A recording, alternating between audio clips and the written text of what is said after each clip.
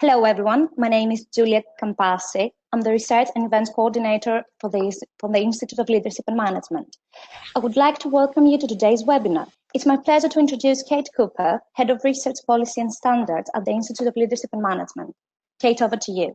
Thanks very much, Juliet, and thank you to everybody joining us this afternoon. Visionary leaders inspire those around them, but inspirational leaders are those who actually are able to marshal their strengths to motivate, engage their teams and empower them to deliver a collectively better performance. So no better person to talk about that today than John Gavin, founder and executive chairman of an internationally successful sales and marketing consultancy, G4H, and also founder and director of Mobrec, which is a systems integration company for the professional services sectors. John's professional training in accounting and finance, combined with his considerable experience in the global IT, telecommunications and SI sectors, has made his unique experience much sought after. He holds a number of other board positions in addition to being chair of the Institute of Leadership and Management Board, and we're really grateful for him giving his time this afternoon to talk about the role of inspiring in visionary leadership. Thank you, John, and over to you. Well, hello, everybody, and welcome to this webinar. So for those who can see on the slide, my name is John Gavin. That hasn't changed.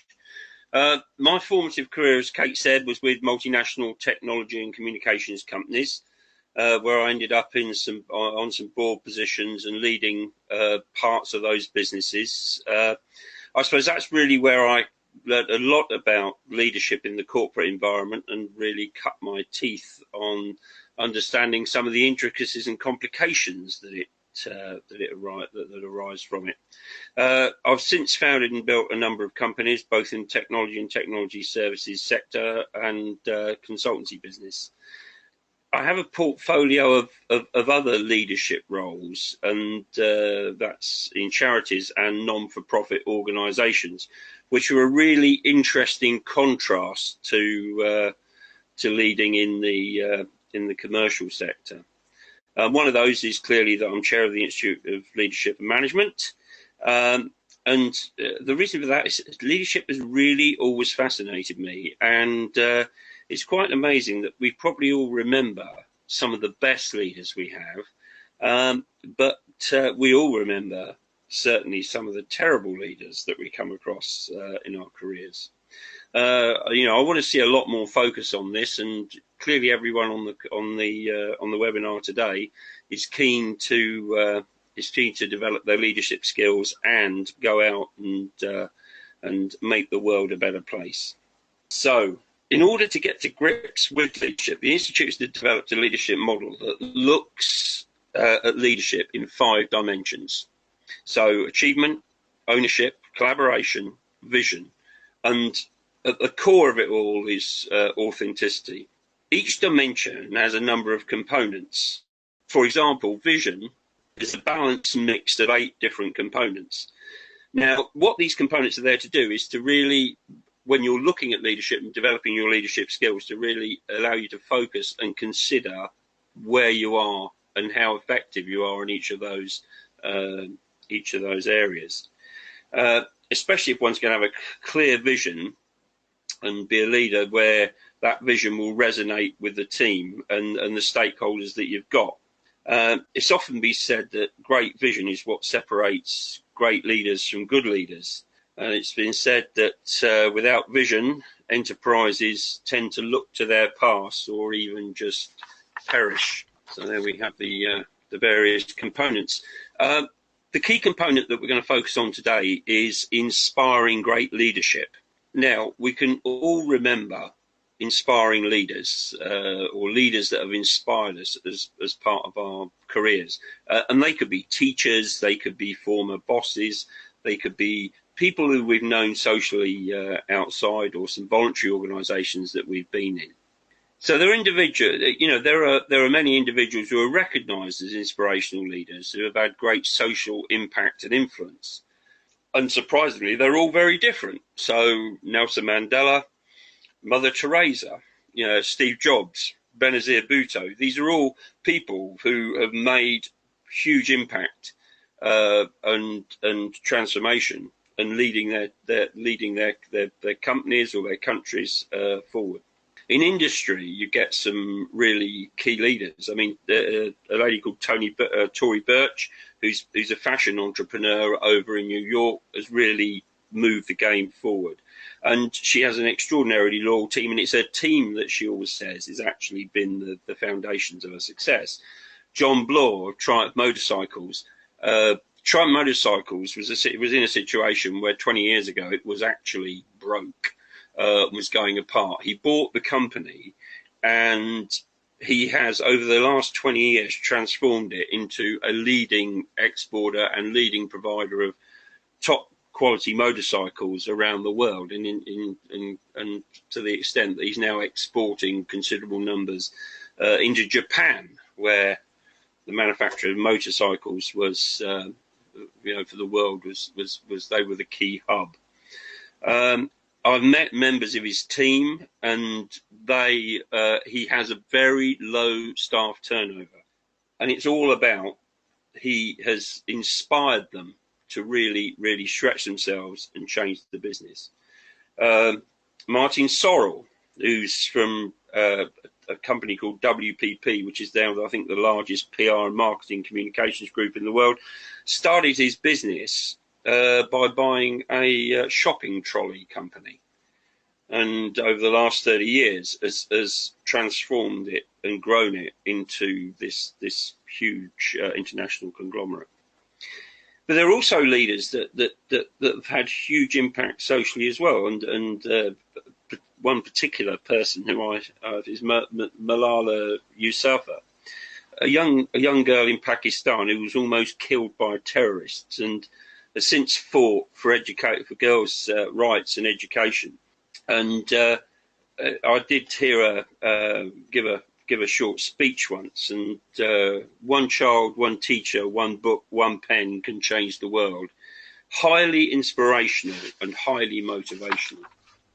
So people who are inspired, that's mentally stimulated, are also in many cases motivated to take action. So there's a kind of direct correlation. If people feel really good and they're inspired, then they're really in the frame to go out and take action. And inspiration is an emotional experience, and when it causes people to take action, it's because of their, under their own free will rather than through being commanded. And if we think about the way leadership models worked in the past, it was all about telling people what to do. And so perhaps inspiration was not one of those components that was seen as being quite as prevalent than it is today. In order to inspire, though, a leader has to engage and get respect and trust. And engaging means making that connection so the leader's accepted by the workforce or the community. And this can take the form of actually spending time face to face. And if that's not possible, you can do it through other media. However, I would always, and my personal experience is that, always advocate a program where, if it's possible, to spend some time in the presence of those that you lead. I think that it establishes a human connection. In fact, in my personal opinion, there's no substitute for that. Following up afterwards with other media then it can be far more effective once people actually have formed that personal connection. And I think that's why we see leaders in the political world as well as in the business world travel to meet their teams. Now sometimes that's not easy. For example, if you've got we had operations at one time around the world, and if you go to places like China, for example, or Japan, there can clearly be some kind of cultural and traditional type differences which make it that much more difficult to make that kind of connection. However, I would absolutely say, and that and having gone and presented in a number of these countries and met the people who you're looking to inspire and lead, that there is no absolute substitute for it, even if the words that you say come through a translator. A lot of the messages are communicated when through your actions and them actually seeing you. So I've got a little bit behind with some of the slides here, so my apologies for that. So there's an important factor though to remember, and this is the separation of keeping the hygiene factors and the motivational factors are kind of separate. Now, first of all, hygiene factors are absolutely, important parts, that important essential features of leadership that have to be resolved and focused on. But to mix the two, so when you're talking about the corporate vision and when you're talking about the vision for for a particular country group or a particular team, if the conversation is then suddenly pulled into issues around pay, the work pace, where you should put the coffee machine, it tends to absolutely erode the messages around those motivational factors that you want to get over. And as I say, you don't want to ignore the hygiene factors, but it's very sensible to address them at a different time and focus on them in a different time. When you're actually going through the motivational factors, the opportunities, where the company is going, the vision, sharing some of the success that could have been had, to go through some case studies where people have actually had major achievements, that's what they're the messages that you really want them to be left with, rather than getting that confusion. So to get really true engagement with the teams, a leader's got to deliver or build a culture which allows its members to really understand where they are and allow them to have an environment where they can develop and realise their potential. A culture does embrace all facets of the working environment, and it has to be a good place to be. That doesn't mean to say that the offices have to be immaculate glass monoliths on the 51st floor overlooking the Hudson River or the Thames. In fact, those who have been in startup situations know the buzz of when getting a business off the ground, when resources may be scarce and revenues unpredictable, that some of those can be some of the most enjoyable times actually in a business. And I know many successful entrepreneurs look back on them fondly and on those times.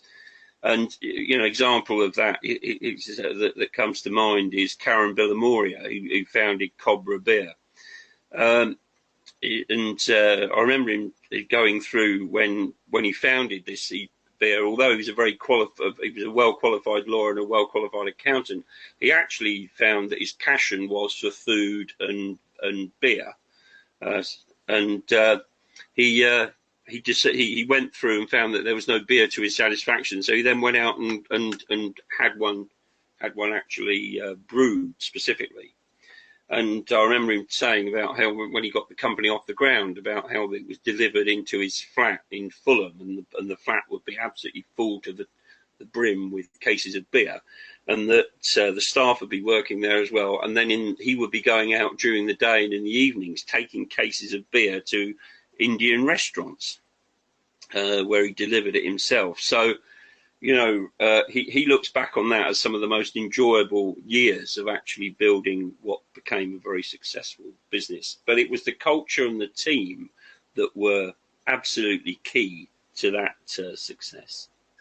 So being optimistic, respecting the values of everyone's role, really recognising the achievements and recognising achievements, be they even small steps in the bigger plan. Because I think it's very easy to overlook individuals' achievements when you're looking ahead all the time at the big goal. And recognizing those achievements actually reinforces that whole motivation that we've been talking about, and actually inspires them to go on to achieve another step. So I think a leader is respectful as well of people in those situations, because I think people have gone through startups, and it's probably the same in big corporates. When you're in a team working on a large bid or a big project, it's very easy that these projects can become all-consuming. And one of the traits of good leadership is to actually recognise that there is, that your people need to have a sensible work-life balance, because without that you're never going to sustain the long-term commitments that are required to go out and succeed in the project. And you've also got to have some fun. At the end of the day, if people never have any fun with what they work, quite frankly, they're not going to be there for the duration. So encouraging your team and valuing your staff is an essential.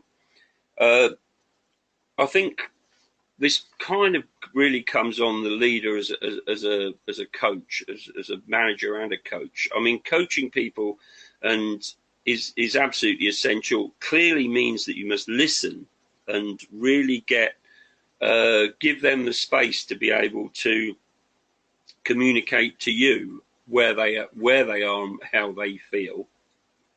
And there's obviously limited time to be able to go, so you can't spend hours with you. But the time when you do spend with people, I have found that when they're given the opportunity to give you that feedback, is to really reflect on it and then go and make the changes, which many of which come from those individuals.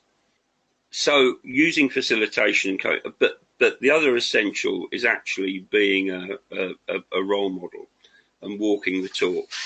And I think being a role model is one of the essential elements of being an inspirational leader. If you are an effective role model, which you do as you say, and set a positive example, think about the image that you project. Think about the impact that you have on the individuals, and use your actions as they will take as an example. So it's critical that you look at those and reflect on those to ensure, because it's very easy when you're a very enthusiastic leader sometimes, that enthusiasm can come over as being a little pushy, being a little bit oppressive, and that's something that I think it's very easy to have your good intentions misinterpreted because they have not really kind of been transmitted through in the way that you think they should. So role models, absolutely consider how you're working and put thought, effort, positive intent in terms of how you're going to do that. Now, there are some kind of do's and don'ts that we've put together as a little checklist for how being a good role model. Well, giving praise often when it's deserved, and that comes back to that giving praise when there are small steps, small successes made, because a lot of times, someone can focus on something, get it done, and it's just overlooked. By looking at what's happening and being fairly granular about it and seeing when these progressions are made, it really does give the individual a lift, and they know that you're actually paying attention and that they're respected. I think when you do need to give feedback, it's easy to just give off the cuff statements when there are other people around or within a group, and those can be extraordinarily demotivating. So if there's only criticism, or if you're going to reflect and give some feedback to a member of the team, then I think it's absolutely essential to take those to one side and ensure that they understand why you're giving them the feedback, and you can do it in a way which allows them some time to reflect on what you've said. Taking responsibility for mistakes is important, and sometimes, and this was one I actually have a very good example about, but which I'm not going to bore you with now. But taking responsibility for mistakes is essential. Because at the end of the day, the buck stops with you. If there are major issues, the last thing that the team want to see, now they will actually know where that mistake comes from, and they will know what the issues are. But it's a collective responsibility, and when you lead a team, you're the person who really is responsible. So taking that collective responsibility is absolutely essential. Avoiding labelling people. We had a board meeting in one of the companies the other day, and my business development director turned around and said, "Oh yeah, well, don't worry about that. It's just a bean counter." And the labelling of people is something that is very easily done. The fact that our particular bean counter, Andrew, came up with probably the most constructive suggestion that we've had at a board meeting for the last 3 months was, and he could be very well easily put off by being labelled as a bean counter, is not necessarily an effective way of getting the best out of every member of the team, especially where you've got a new team and there's not the established dynamics between them, where you can see some of that banter not having the impact. And make your feedback useful to the staff and actionable. And giving feedback is something that there is a real art to doing it, so that it's non-emotional and evidence-based. So you can actually show them what's really gone wrong, and then you can and what they can do to resolve that situation, and allow them to put a plan in place to go and do that, so that you can then follow up and see that that particular area has been addressed. So when you're looking at yourself in terms of an inspirational leader, which I'm sure you're all bubbling away up out there in the ether, clearly having respect, showing people kindness, having courage, and above all integrity are absolutely essential components. But what we're saying is, if there's a kind of a little loop to go that's worth going through, if you look at a particular aspect of your of your leadership style, so it could be communication, and spend some time to analyze these, and that's why it's absolutely worthwhile looking at the components, and you can analyze that particular component and see how you think you perform. And then go through, be conscious of the behaviours that you're modelling, and mindful of what may occur in terms of which, well, so you don't obscure things, and put an action plan in place to practice and master some of those weaknesses.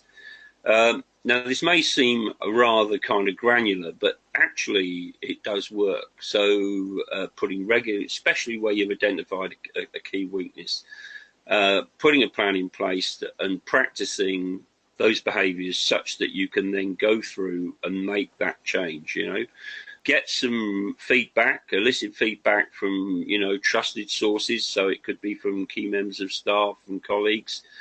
And make the learning an explicit thing, not rather than, well, yeah, just I'll make a note of that and I'll think about doing that. Make it an explicit set of actions that you go through to address, and that's the way you then know that you've succeeded. Now, that's kind of coming to the end of the session, but what we've got here is a whole set of references, which I would encourage you to go out and just go through. There are some really influential pieces there which can support what we've just discussed. Now, we've also we're launching our leadership platform, which will allow you to develop as a leader, and develop your capabilities in those areas. And if you go to our website or the Institute's website, then I think everyone has access to at least two of those, two of the dimensions, so you can start to see how they work. If you go onto there, and then I think it's under learning, and you go to my leadership, and then certainly you can look at the vision section and the collaboration piece. So thank you very much for indulging me for this time. And well, sorry, John, to interrupt, but I have a question here for you. Somebody wants to know, do you think inspirational leadership is easier for extroverts than introverts? Now, it's interesting. A very good question. I personally think you adapt your own style, right? And there have been lots of leaders who you would class as, or you would categorize as being introvert. I think what it's about is understanding your own style. And extrovert leaders can be very bad leaders because many extrovert leaders do not necessarily listen as well as someone who is more introverted. But there is no reason why someone who has so people that have used the Myers-Briggs type tool to do their, understand their profile. If you're an I, it doesn't necessarily, which points to more introvert reflective, rather than an E, which is extrovert. And there is no reason why you can't absolutely be be an excellent leader. I think it's about understanding your style, reflecting on your style, and then understanding how you engage.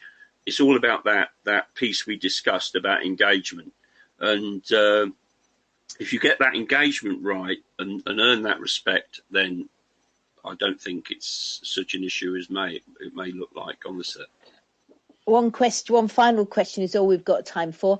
And the question is, if you change your style and become more kind, patient, give more praise, do you think people will trust you and see that as authentic?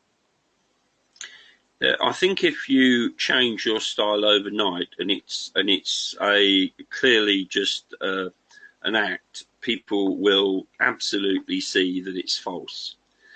If you adapt your style over a period of time, and this is why we're suggesting you reflect on the various components of your style, your leadership style, and change them and put a program of evolution rather than switch and evolve them.